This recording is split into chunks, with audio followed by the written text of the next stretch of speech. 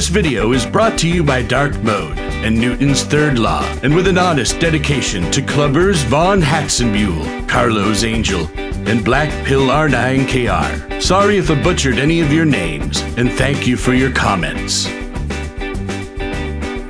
The Facts Hunter.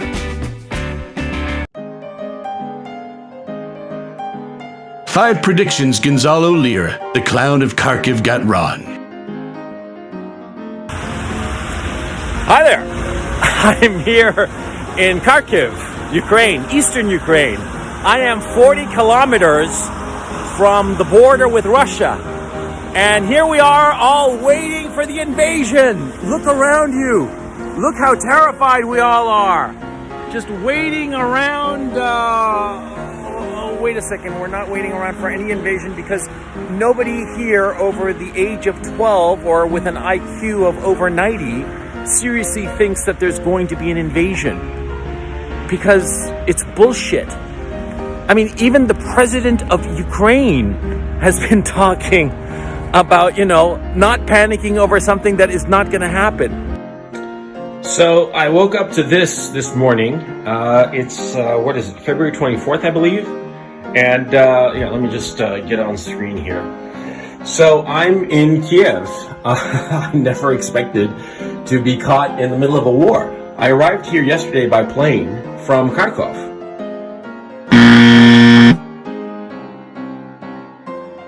And I am here 40 kilometers from the Russian border. Kharkov is the first city that will be taken in any potential war between Russia and Ukraine. No one over the age of 12 or with an IQ over 90 seriously believes that the Russians are going to invade anytime soon. The Battle of Kharkiv, Russian invasion of Ukraine 2022. The First Guards. Tank Army could not break the resistance of the Ukrainian 92nd Mechanized Brigade. Unable to take the city of Kharkiv with a direct assault, the First Guards Tank Army divided into two groups to bypass the city to possibly envelop the Ukrainian units inside the city. The First Guards Tank Army's attacks on Kharkiv were repelled on February 27th. And on the 28th, Ukraine set a defensive line between Chuhuiv and Balaklia, preventing Russians from encircling Kharkiv and moving towards Poltava and Dnipro. Ukrainian defenders stopped the Russian invaders. The front remained stable for 2 months. On April 18th, the Ukrainians counterattacked.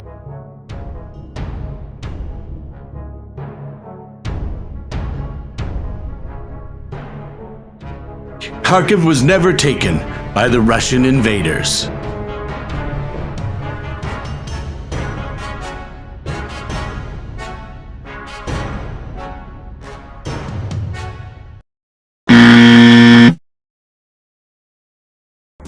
So it's about 9 a.m. on Monday, February 28th, 2022. As you can see, that's the VIP club of the Premier Palace Hotel. I'm walking down to Krashatik, and I'm going to the supermarket to get some food. They've announced that it's okay to go to supermarkets and pharmacies.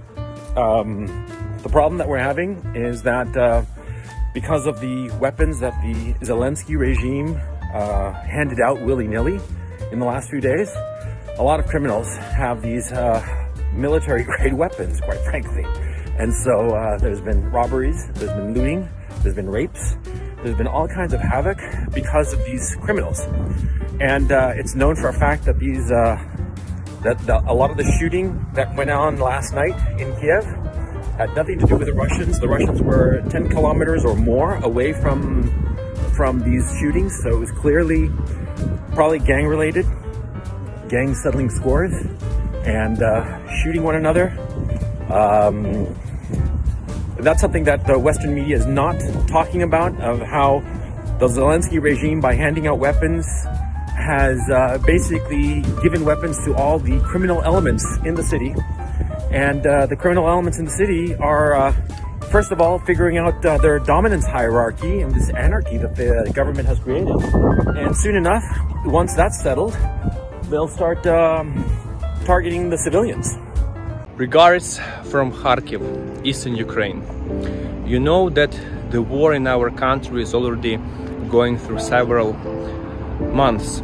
However, what you might not know is that this particular city is being under constant shelling and missile attacks since the first day of the war.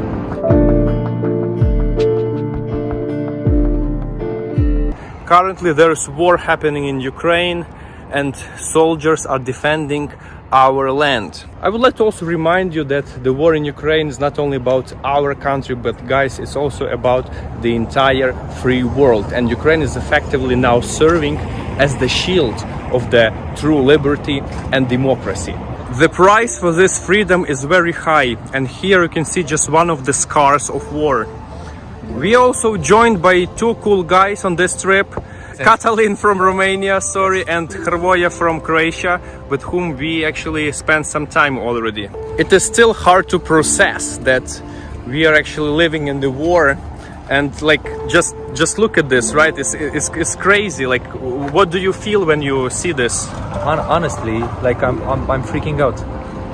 Like honestly, this is the first time in my life in which I'm like so close to something like this, and it's like a pressure, it's something in the air, it's something around, you know, that tells you have to be cautious, you have to be respectful, you have to, it's really a feeling that I've never experienced in my life before. And yeah, let's carry on, let's see what happens on the another quarters of central Kharkiv. My friend just asked, isn't it dangerous to walk on the streets? Like, meaning, is there some fire happening or what? But the question was regarding the street violence. Street violence, yeah, because it feels like being here, you feel that, okay, maybe there's somebody at the corner, maybe somebody is going to do something. It's very mixed, you know, very mixed. So this is why I asked you. I understand why such questions appear, because I myself travel to different conflict zones and dangerous areas around the world, but because of the large military presence in the area, who are in the constant search of spies and other people who might undermine the security in the area, it is actually safer than in most other places around.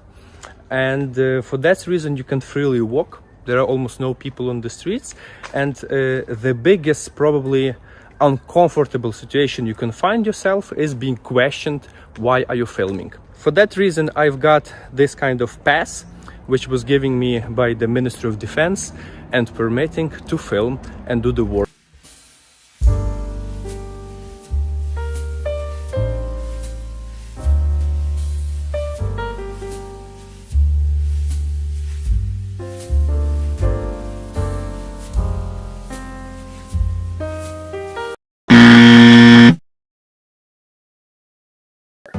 You know, the weather has turned horrible here. Let me tell you, a couple of days ago, there was like a light to medium snowfall. Well, light to medium snowfall for Ukraine, right? This kind of snowfall had fell in like DC or New York, everybody would be having a complete meltdown. But, you know, it was like no big deal. I don't know, 6 inches or something. And the thing is, see, after that, it started raining, okay? And so it's the whole place is covered in slush, and you know that at night it freezes over, and it's a nightmare. You know, like I went to work at a cafe, and I came back to my apartment, and it was just like about a mile away, I suppose. And you know, my feet just got soaked. My fingers, you know, I mean, they hurt. And it's not that cold. I mean, it's not a real Ukrainian winter. It's just like sort of like a taste of it, and not even a full taste of it, right? And so I thought to myself, you know, for the soldiers, this must be a complete nightmare, especially if they don't have the right winter gear. I've been hearing a lot of stories about how Ukrainian soldiers are trying to keep warm in their shelters wherever they are, or their trenches. And they'll light a little fire just to warm up their fingers and their feet. And because of it, they're spotted and killed. I mean, this is a disaster, okay? And a lot of things are coming out that a lot of soldiers are suffering maladies that we all thought had gone the way of World War I. You know, trench foot, stuff like that. People losing their feet, both of them, because their feet literally rot in the trenches. Because of course what happens is that the trenches fill up with water, right? And it's ice cold. And on top of that, if you're in a defensive posture for a prolonged period of time, there's no porta potty. You got to just take a dump and take a leak right then and there. And so all this stuff gets into your feet and it freezes up. You get frostbite, you get infection, you lose your limbs. And this is the state of affairs that's going on around the town of Bakhmut. And it just breaks my heart. I mean, it truly does. I mean, when I see all of these men, no longer young, because many of the young ones are dead already, and they're eating up guys who are almost my age, 54, almost my age. And you see them being just annihilated. You see them losing limbs because of trench rot. You see them just, cowering, over a little can with a little fire going. And, some can that probably had like beans or something, and they have a little fire going, and they're trying to keep themselves warm in this cold, in this grim winter that's coming, and it just breaks your heart. And so I guess that's why I haven't been doing videos, because it just breaks your heart.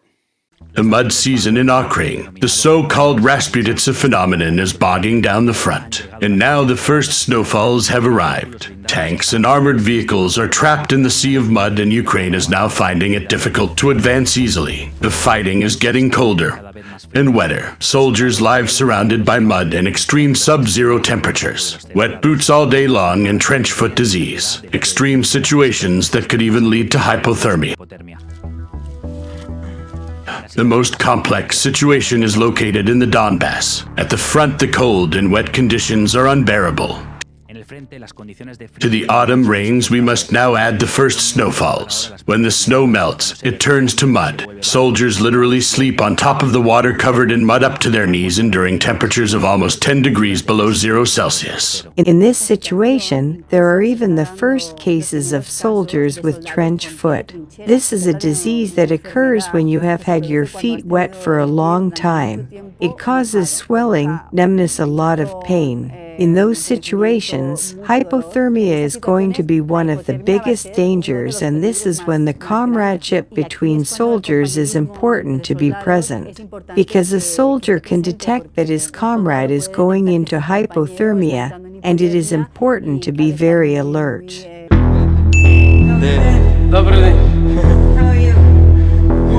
The morale of the soldiers is going to be decisive in overcoming the extreme conditions of the coming months. Ukraine, they have that going for them. The allied countries are equipping them with the right equipment, but above all, and most importantly, they are fighting for a clear goal: to defend their land, their homes. Ukraine will continue to move forward. There are some analysts who believe that the winter will stop the war. But no, this war will continue, because we have to take into account that Ukraine has just one Kherson. Months before, Ukraine recaptured the Kharkiv region. And this is Ukraine's momentum. Ukraine will not stop. It will continue to the Donbass. And Bakhmut will be the big battle, day and night.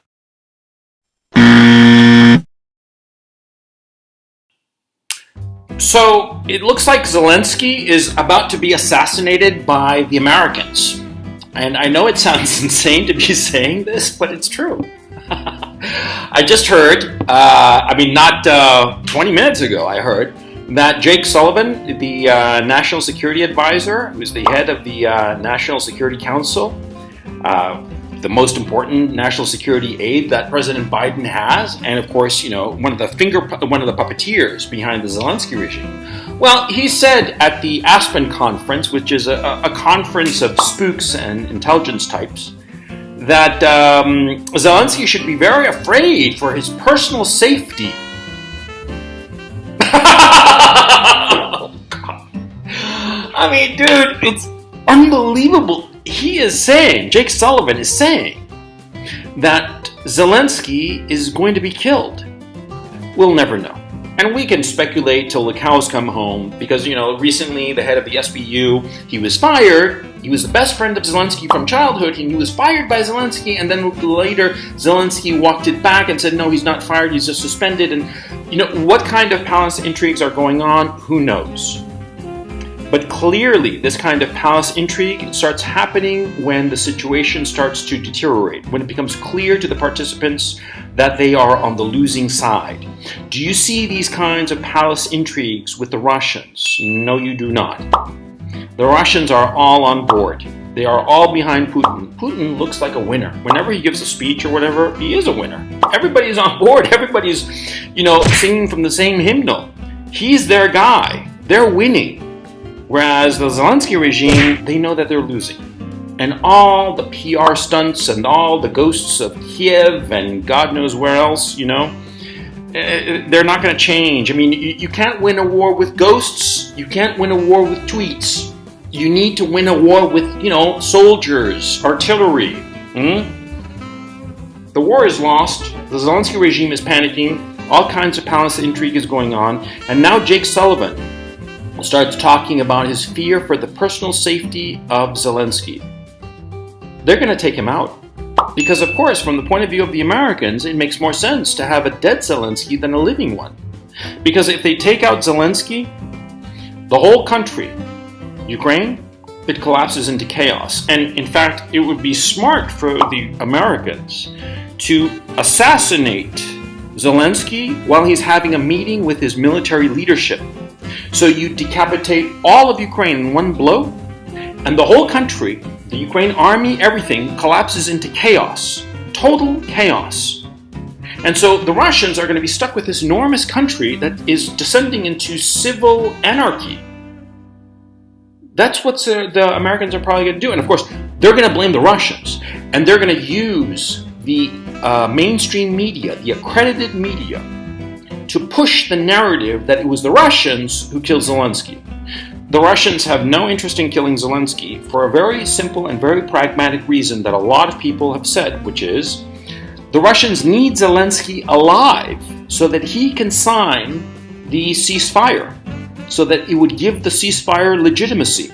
If the Russians wanted to kill Zelensky, he'd be dead already. He would have been dead months ago.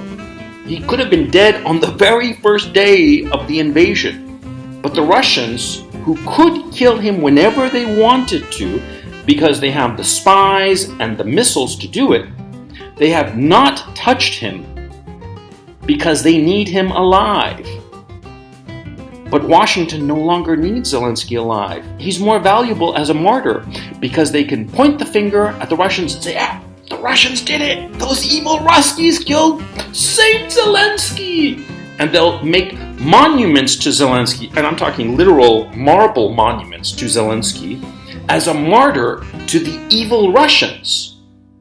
December 21st, 2022, Ukrainian President Volodymyr Zelensky visited the United States in his first international trip since the start of Russia's invasion. Wait, wasn't he supposed to be assassinated back in July? Anyway, Zelensky sought to rally Congress for continued American support against Russia's assault. Because that's just what the Russians needed Zelensky to do to get more help from the West. Yeah, these guys surely seem like they're losing, don't they? With their courage and how they have chose the resilience and resolve for their future. One guy, he's really real hero, real captain, and he asked me to pass his award. And he asked me to pass his award to President Biden, Cross for military merit. That is one. Oh, God love you. Yes. Today, I'm announcing the next tranche of our security assistance to Ukraine. $1.85 billion package of security assistance that includes both direct transfers of equipment that Ukraine needs, as well as contracts to supply ammunition Ukraine will need in the months ahead for its artillery, its tanks, and its rocket launchers. Madam Speaker, the President of Ukraine.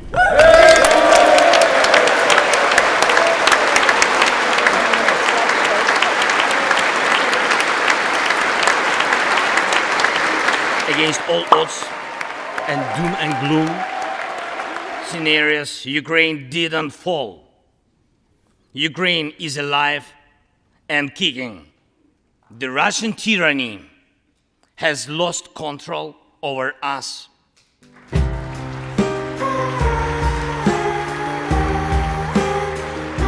And it gives me thank you for both financial packages you have already provided us with and the ones you may be willing to decide on.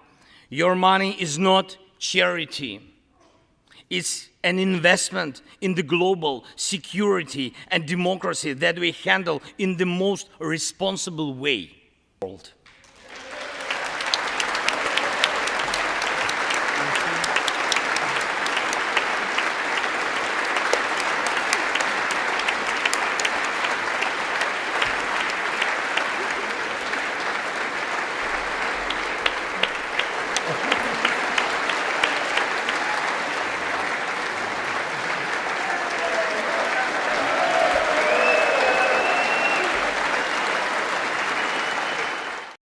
We're learning today the extraordinary planning that went into President Biden's secret trip to war-torn Ukraine. It was a visit shrouded in secrecy, to say the least. There was no hint of the drama to come when the president was seen enjoying date night with the First Lady at a D.C. restaurant Saturday night.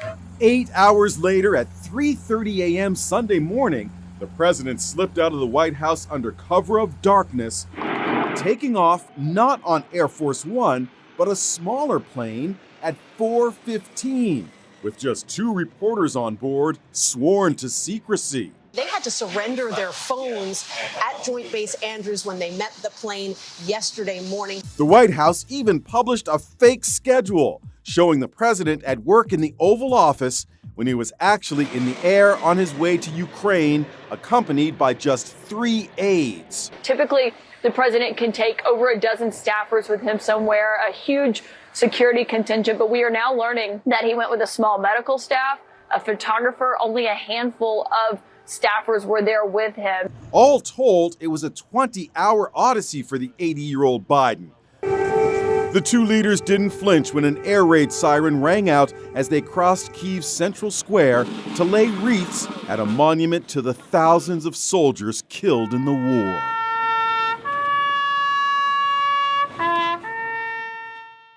Today we host President Biden. That is so important signal for us, and all we are proud of it.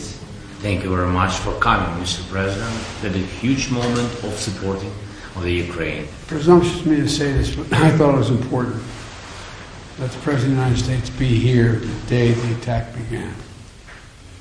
Because as the President remember, I was warning the world that he was going to attack. I was certain of it. Oh, wait a second. We're not waiting around for any invasion. I thought it was critical that nobody here there would not over be the any age doubt, of 12 or none with an whatsoever, IQ of over 90 about U.S. seriously support thinks that there's going to be an invasion. in their war against Because the brutal it's bullshit. attack by Russia. Morning, Mr. President. Welcome. Thank you very much. More importantly, how is it going? Can we get a handshake? Sure. Go in. This is my 8th trip. Point the finger at the Russians and say, the Russians did it! Those evil Ruskies killed Saint Zelensky!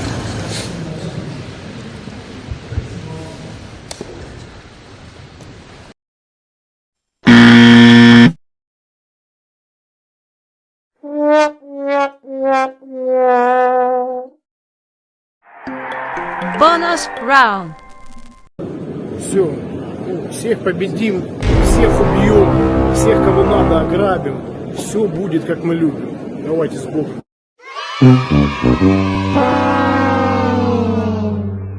Terrorist attacks like this one do nothing, except harden the Russian public's resolve to smash the Kiev regime and take all of Ukraine. It ensures that Russian public sentiment will never support a ceasefire or negotiated settlements. In other words, this hurts Ukraine. Tear your hair out. You want to scream. I don't know what you want to do, man. I mean, that's the emotion I feel. And it just breaks your heart. And so I guess that's why I haven't been doing it. Because it just breaks your heart.